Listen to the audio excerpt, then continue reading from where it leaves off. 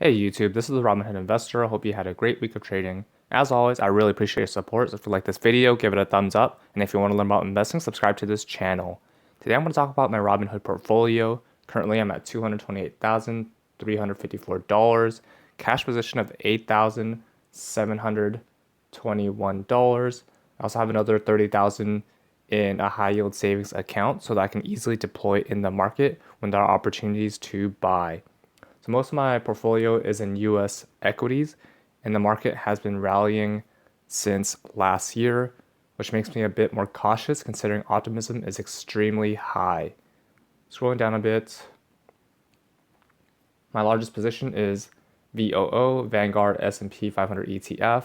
This has a low expense ratio and very high liquidity. This makes up 15.43% of portfolio or $35,226, up 23.39%. Vanguard Information Technology ETF. This is very good exposure to technology sector.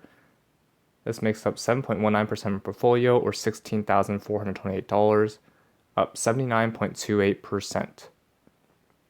Next is Schwab Large Cap ETF and in US. This makes up 5.52% portfolio or $12,608. I'm up 32.4%. iShares Core S&P 500 ETF, very similar to VOO and Schwab ETF, makes up 1.28% portfolio or $2,911, up 51.39%. Next is Spider S&P 500 ETF, very similar to VOO, Schwab, and the iShares ETF, makes up 1.13% portfolio or $2,576, up 51.67%. Apple, this is my largest stock position, makes up 6.82% portfolio or $15,575. I'm currently up 79.4%. I think this is a really good dividend growth stock, and I think it'll be continue to grow in the year 2020. Alibaba, this is my exposure to the Asia Pacific region, makes up 5.47% portfolio or $12,493, up 28.28%. Microsoft, which provides enterprise solutions, makes up 4.99% portfolio or $11,388, up 79.53%. Visa, which is in the payment processing space, makes up 4.71% portfolio or $10,748, up 74.9%. Next is Nvidia, which makes GPUs and also in the data center space, makes up 3.76% portfolio or $8,573, up 27.24%.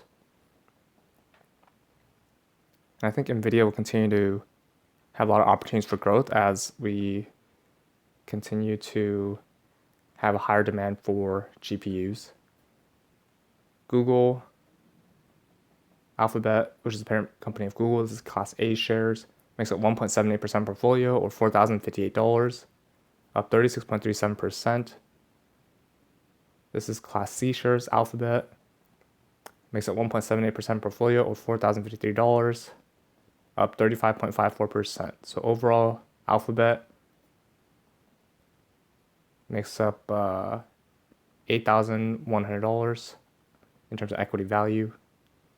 Next is Johnson & Johnson, which is a very good dividend stock. Makes up 3.51% portfolio or $8,009, up 12.69%. Amazon, which jumped 3.15% today, makes up 3.23% portfolio or $7,382. I'm up 55.49%. Tencent, which is another large cap Asia Pacific play, makes up 2.83% portfolio or $6,469, currently up 15.11%. McDonald's, which is one of the largest restaurant chains, makes up 2.59% portfolio or $5,902, up 22.4%. I think it's a really good dividend growth stock. Next is Boeing, which makes up 2.46% portfolio or $5,623. Currently up 11.07%. I think Boeing is a good long-term stock to hold, even though recent news with the 737 MAX. And they also replaced the CEO as well. But I think in the long term, this will be a good long-term hold despite the short-term headwinds. Next is United Health. Makes up 2.33% portfolio or $5,320, up 73.92%.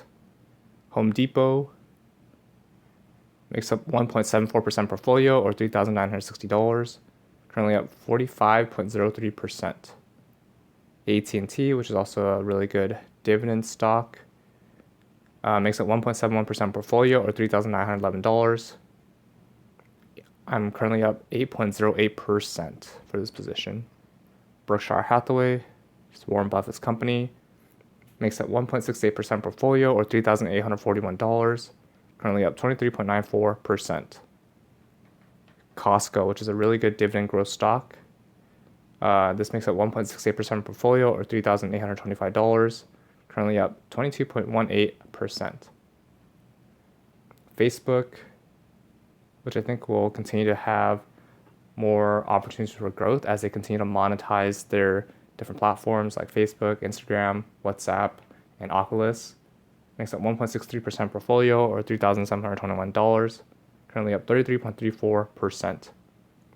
3M, which is a very good dividend aristocrat, makes up 1.39% portfolio or $3,169, currently down 12.57%.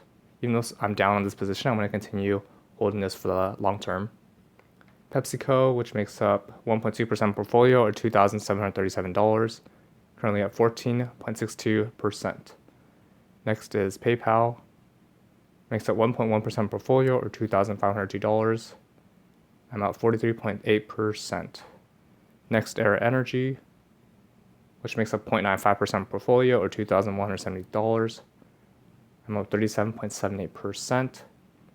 Taiwan Semiconductor Manufacturing Company, which makes up 0.64% portfolio or $1,454, currently up 33.54%. Next couple of positions are down actually, but I'm gonna continue holding them for the long term, even though they're I still see upside potential for these stocks, but they're just down at the moment. So Activision makes up 0.62% portfolio or $1,413, currently down 10.46%. Baidu makes up 0.61% portfolio or $1,401, currently down 30.91%. Baozun, which is a Shopify of China, makes up 0.54% of a portfolio or $1,234, currently down 11.62%. NetEase makes up 0.27% portfolio or $611, currently down 12.25%.